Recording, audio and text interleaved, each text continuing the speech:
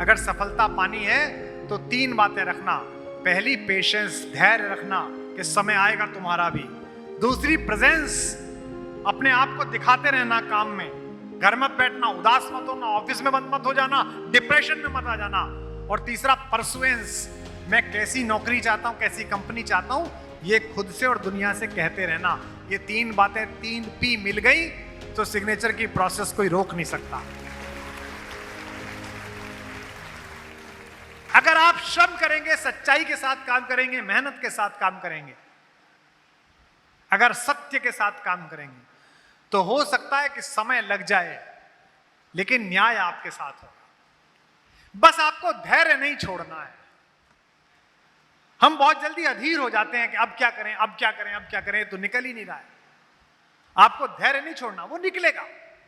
अगर सफलता पानी है तो 3 बातें रखना। पहली, पेशेंस, धैर्य रखना कि समय आएगा तुम्हारा भी। दूसरी, प्रेजेंस, अपने आप को दिखाते रहना काम में, घर मत बैठना, उदास मत होना, ऑफिस में बंद मत हो जाना, डिप्रेशन में मत आ जाना। और तीसरा, परसुएंस, मैं कैसी नौकरी चाहता हूं, कैसी कंपनी चाहता हूं, ये खुद से और दुनिया से कहते रहना।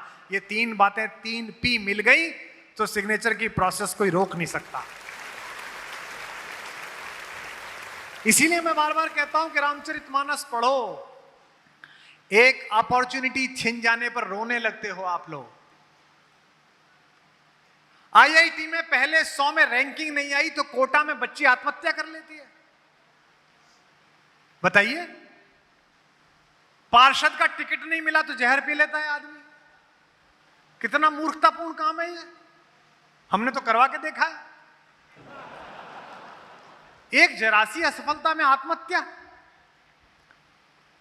और सोचिए कि जिस युवक को 16 वर्ष की उम्र में पूरी दुनिया का शासन मिलना था, शहनाई बज रही थी, पूरी अयोध्या में प्रकाश कर दिया गया था, लाइटिंग कर दी गई थी, पूरी दुनिया से अतिथि बुला दिए गए थे, राष्ट्राध्यक्ष आ गए थे, और अचानक शहनाई बंद हो गई और पिताजी ने अंधेरे कक्ष में बुलाकर कहा कि बेटा, तेरा राज्याभिषेक नहीं होगा, तुझे जंगल जाना पड़ेगा, अब ये महल और ये शासन भरत को मिलेगा। उस एक व्यक्ति ने अगर उस दिन अपने पिता का विरोध किया होता और कहा होता ऐसे कैसे चल जाएगी, ये क्या गुंडागर्दी है, हक मेरा बनता है, मैं तो कोर्ट जाऊंगा, वो कुछ भी होते, राम ना हो पाते। और ये पंक्ति सुनकर बताइएगा यहां बैठे हुए लोगों, मैं अक्सर लोगों से बोलता हूं, आपको कई बार ऐसी साइट पर काम मिलेगा, ऐसी जगह काम मिलेगा जहां चुनौतियां, जहां जंगल है। आप कहोगे गुड़गांव ही दे देता सेठ, कहां भेज दिया मुझे, कहां का सामान बनाने भेज दिया, कहां का बेचने भेज दिया। राम जब तक अयोध्या में थे तब तक केवल युवराज राम कहलाए, और जब जंगल जंगल भटक कर 14 साल बाद लौटे तो भगवान राम कहलाए।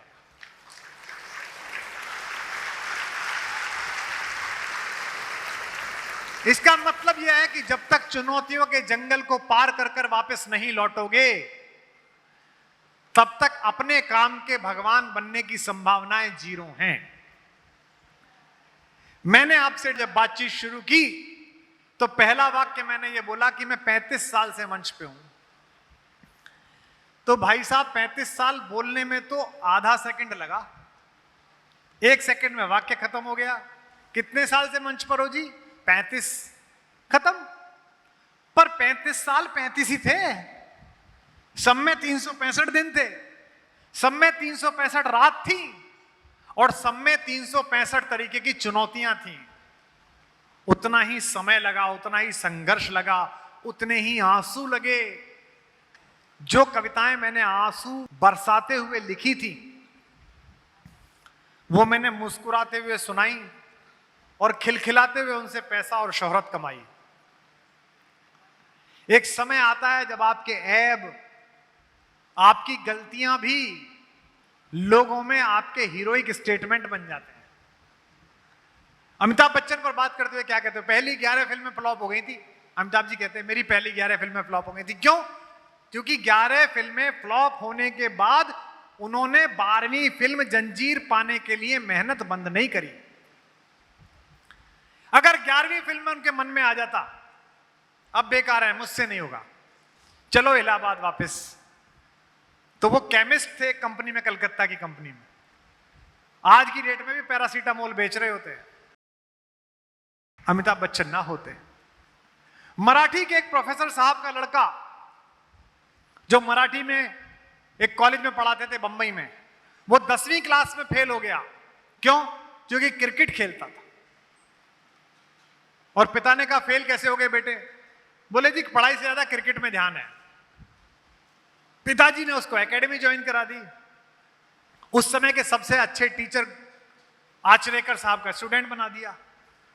आज आप जाइएगा महाराष्ट्र, मराठी में 10वीं क्लास में किताब है हमारे आदर्श, मराठी भाषा में, उसमें 8वें नंबर पर उसी 10वीं फेल लड़के का फोटो छपके उसके बारे में लिखा हुआ है, नाम है सचिन रमेश तेंदुलकर।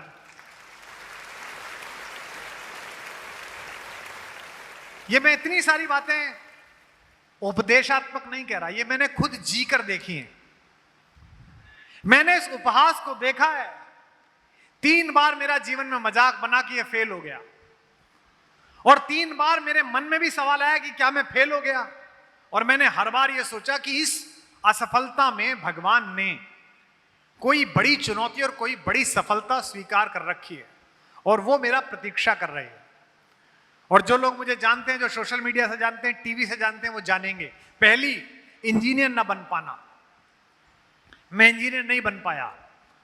117 रुपए का फॉर्म भरा था मैंने आईआईटी में, और आईआईटी में मैं 23 नंबर से सेलेक्ट नहीं हुआ।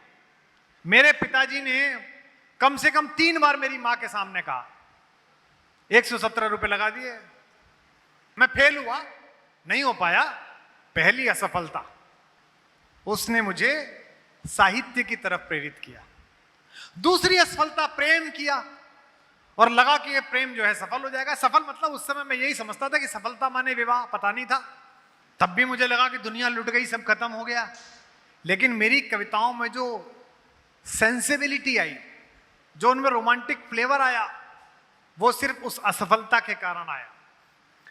2010 से लेकर 2018 तक देश में एक आंदोलन खड़ा करने के लिए दिन रात की मेहनत करी, नौकरी छोड़ दी विश्वविद्यालय की, कहा कि देश बदल देंगे। हम तो आगे नारा लगाते चले गए, देश बदल देंगे। जो पीछे 2 चल रहे थे वो खुद ही बदल गए।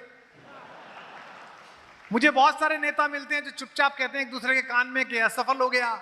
और आज इस हॉल में मैं आपके भविष्य की तो कह रहा हूं, अपने भविष्य की भी कह रहा हूं। अभी कहने लगे हैं, 10 साल बाद फिर कहेंगे कि भगवान की बड़ी कृपा रही कि कुमार विश्वास बाहर हो गया, देश के लिए इतना बड़ा काम कर दिया, समाज के लिए इतना बड़ा काम कर दिया। करना ही है। अगर कोई चीज असफल हो जाए, कोई प्रोजेक्ट असफल हो जाए, तुमसे कोई काम ना हो पाए, तो समझना कि पूरे मन से कोशिश नहीं हुई, और भगवान ने इससे बड़े काम के लिए तुम्हें सुरक्षित रखा है। अब उसकी तैयारी करनी है। इस हॉल में बैठे हुए सारे लोगों, मुझसे वादा करो कि आज आप अपने इस स्थापना दिवस पर इकट्ठे हुए हो। आज के सही 5 साल बाद जो स्थापना दिवस होगा, जहां टर्नओवर आज खड़ा है, इसके कम से कम 50 गुना से कम हुआ तो आप अपराधी हो, और ज्यादा हुआ तो मैं विजेता हूं। हमारी विजय तब है क्योंकि एक स्थिति के बाद इस पैसे का इन्हें तो कुछ करना नहीं, तुम्हें भी नहीं करना। 10-12 सब जानते हैं। पहले लगता था कि साहब वो घड़ी विदेश से ले आओ, चप्पल विदेश से ले आओ, अब कुछ नहीं है। अब तो 10-12 करोड़ कमाओ, वही जीवन जियोगे तो 10,000 करोड़ जीने वाला जी रहा है। सोने का बिस्कुट थोड़ी खाओगे, और बल्कि जिस पे नहीं है वो ज्यादा अच्छा खा रहा है।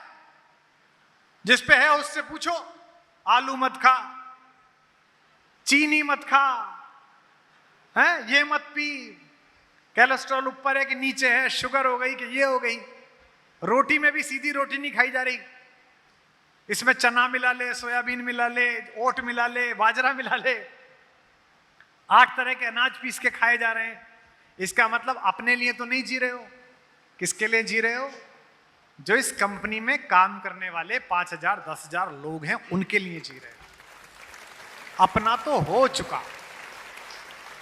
सोफे पर बैठे हुए लोगों, तुम्हें जो कमाना था तुमने कमा लिया, अब यहां से आगे भगवान का काम कर रहे हो। इसलिए जिस आत्मा के साथ केदारनाथ में जाके माथा झुकाते हो ना, उसी आत्मा के साथ अपने केबिन में बैठकर इस कंपनी के लिए काम करना।